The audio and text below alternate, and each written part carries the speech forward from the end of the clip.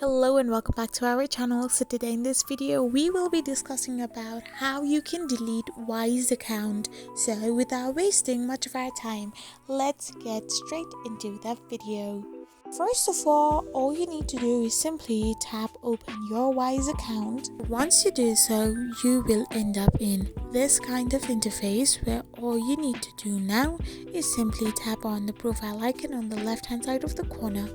So once you do this, you'll end up in this page. So now simply tap on the privacy and security option.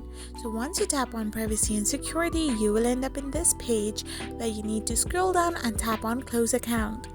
So once you tap on close account, you have to tap on I'm okay with that, and once you do so, you need to now tell the reason why you want to leave and hit on the close account option. Simply tap on continue with account closure and tap on continue with account closure for twice, and finally tap on close account. So once you do this, your account on Wise will be completely closed and deleted. I hope you found this video helpful, so don't forget to hit that subscribe button and do give us a thumbs up. We will be back again with these informative videos. Thank you for watching.